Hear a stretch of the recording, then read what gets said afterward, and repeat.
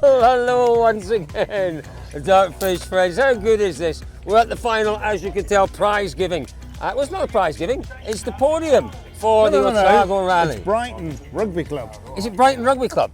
There we are. We're on the rugby pitch here, and wow, what a rally it has been, David. Fantastic. I mean, just walking past Sarah Walker's car. Just come and have a wee look at Sarah's car, shall we? Look at this. Just look great. At this. You know, off on the second stage this morning, back for the last two this afternoon.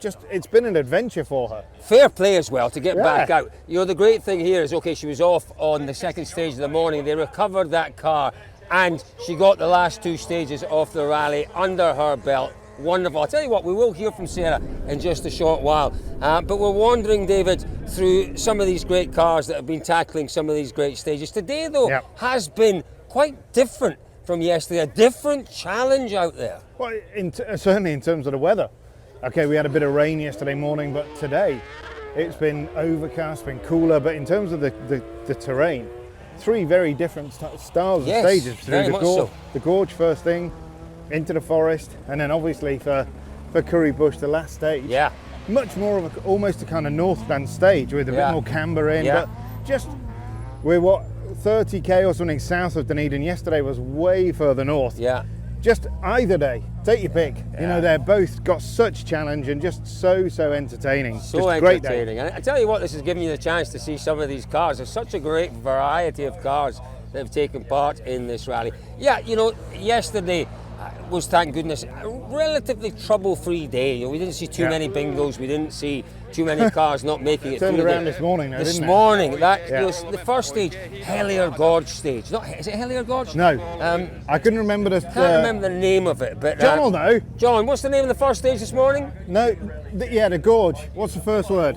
Waipori. Hellier Gorge is in the North Island somewhere. Really difficult stage, really challenging stage, that one. And you know, it's the first stage of the morning. Thank goodness most people got through without any problems. The second stage though, David, we went into the forest. No, because what's his name? I know someone Todd went off. Todd rolled, didn't he, in the first? But he was running sixth overnight. Absolutely, yes, you're right. But the real drama happened in the second stage of the morning. What was it, David, that caught them out in that stage? It was the change in surface. It was really grassy on top, really slippery, a bit of overnight rain. It transformed the surface, and from what they were saying, it was like ice. Yeah. I think the more experienced drivers, Hayden, had seen that coming. You can see the surface change coming, but there was a long kind of sequence of corners, and Sarah and Jack Hawkswood went off, just really were too tricky. quick. But it's the kind of thing that you absolutely need to bring the speed right down, and when you're going slow, you don't need to slow down again. Yeah, it's remarkable. Almost walking pace. Well, I'll tell you what, we did mention we'd hear from Sarah Walker. Let's listen to Sarah while she tells us about that tricky section that caught so many drivers out this morning. Watch this one too. This was super close. All on the same corner. Ooh, it's Rana. Yeah. It's Rana. So that's before and then... Yeah, so it was like an S, wasn't it? It was a long straight, I think 80 or even 100, into a 6 left, straight into a 4 right. And coming in down the straight, you're going pretty quick, and you're like, oh yeah, 6 left. And so I kind of like slowed down, and I thought I had time between the 6 left and the 4 right to kind of drop down one more gear. And I did, but it was already going. And I reckon before Jack crashed, we probably saved about 10 cars from doing the exact same thing. And then even once he crashed, there was 2 more cars that joined him. Yeah, one managed to get out straight away, another one was in there for like 10 minutes. It made me feel like, sorry to everyone else that crashed in the corner with me, but like it made me feel a lot better that I wasn't the only one. And even before they crashed, like seeing people really struggling with it, I was like, all right, it's not just a full rookie thing, it's actually other people are struggling with that. So it's not too bad. I'm doing okay. Well, many congratulations to Sarah. What an achievement. She really did pick things up during the course of the weekend. It was wonderful to see her really taking on the challenge of rallying with such joy and such delight. And there we go, there's a big smile. That smile hasn't left the face all weekend. Now, let's talk a little bit about our classic section, David, because clearly Mikko Hirvonen was the star in the Rossendale Escort this weekend. He wasn't yesterday, was he? Dean Buist was the star yesterday. Dean Buist was very much the star, and that was the great thing about yesterday. But Mikko was the superstar. He was, absolutely. In the Rossendale Escort. And he was really sensible. We've talked all along about Mikko's desire to not ding the car. Just, he has massive respect for these cars, and he didn't want to damage it. First time through the stages, he was really steady, just sensible, just checking the notes. Second time through, pushing harder. But, in Mikko's own words, we talked to him a lot about Currybush. This stage is something else. We've driven some of the best roads in the world, and then you come here and it redefines everything. There's so much in there. Mikko knew that, and all weekend he's been pretty relaxed about stuff. An hour or so before he went into Currybush, he was sat there watching the onboard, just watching again, just because he knew there was such challenge in there. So many corners over the crest, so many places that could catch you out. Mikko was really wary of that stage. He really was. And just before the stage started, we had a chat with him. He told us he was going to take it easy through that stage. Did he take it easy? You should have been in the end of the last stage. Really? What happened at the end of the last stage, Mikko? I was still shaking after the stage. Bloody hell, it's a scary one. Like when you, like I thought before the stage that my notes may not be absolutely perfect, but I tried to give it a go anyway. A bit of a Sunday drive. There was one fifth gear corner where I was, because it's so crucial here to be on the right side of the camber, and I wasn't. Fifth gear, just fully sideways, just hoping for the best. 6. Vasen eri yli, pidä 2. Oho. Mikä tää oli? Eri? Oikein, eri ja seuraava oikein mennä ja käännä. 180. Then I just calmed down and okay, let's not throw it in the bin. We spoke to you an hour and a half, 2 hours ago, and you said you would take it easy through there. What happened? I mean, it was still easy. I think Paddon's record is 18 seconds faster than I did, so you can go a hell of a lot quicker than what I did, but still, going first time, it's a scary one. 100. Pitkä vasen nopea, pidä ja oikea yli. Mikko, it's been 2 magnificent days. How much fun have you had out there? So much. It's the stages are so enjoyable to drive, and I love old historic cars like this. And the car was running perfectly. It was really good to drive. I never experienced doing stages like that with a car like this, so I definitely want to do it again. It was really enjoyable. I mean, David, that just shows you the best drivers in the world, the most experienced drivers in the world, got sucked in by that stage. Really couldn't help himself. But it does. When we were driving through, Cole, in our car, thank you very much, Hyundai New Zealand. It's been absolutely brilliant. Santa Fe, recommend it every day of the week. Even we were getting sucked in. We had to have a second go at it. It was that good, and you've got a bit more camber there. You can lean on the car a little bit. It was just, there was a bit of everything in there. But for me, it was the topography of the thing. We came over that first jump. Not that we jumped at all. Honestly, we didn't. But then you come into this really steep downhill section and twist and kind of corkscrews around. It was absolutely magnificent superb. Stage, it really was. And you know what else was great? Hearing from Mikko there about just how much he has enjoyed this event. And again, we talked about Sarah Walker smile on her face all weekend. It was the same with Mikko Hirvonen. He has been a real ambassador for our sport this weekend. He is such a lovely guy, and I tell you what, I've enjoyed every second of Mikko out here in Dunedin. Maybe we'll see him next year. We'll have to wait and see.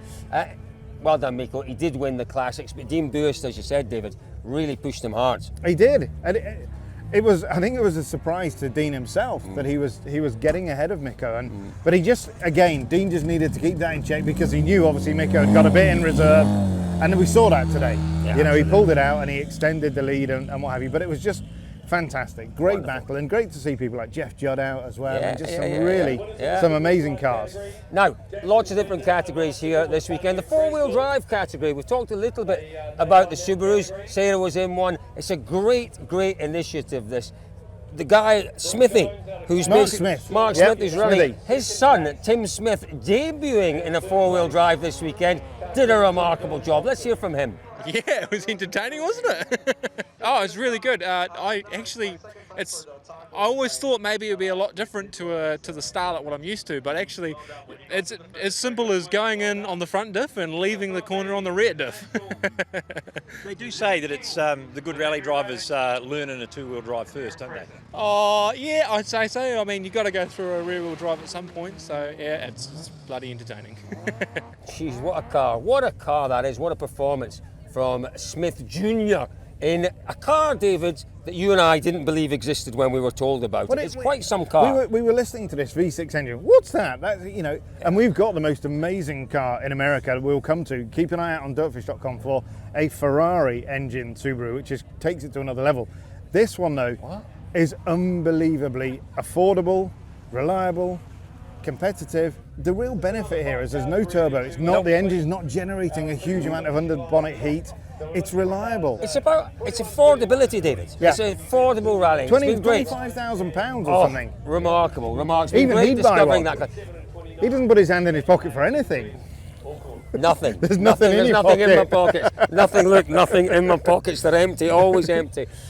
David, yeah, wonderful. Congratulations to all our class winners here this weekend. To all our finishers, you've all been winners. You really have. But we need to talk about the man who has absolutely dominated the event. His 10th win on this event. Did you know that? 10 wins. Yeah. 11 for John. Do you not Kerr. read Dirtfish? Come on, keep walking, keep walking. We're going to head. There's his car. There, look. And he's behind us. Obviously the man in demand. Lots of media interviews to do. Hayden Paddon has been exceptional this weekend. Not just his driving. You're looking after the team, his media He hasn't responsibilities. been exceptional. He's just been Hayden Paddon.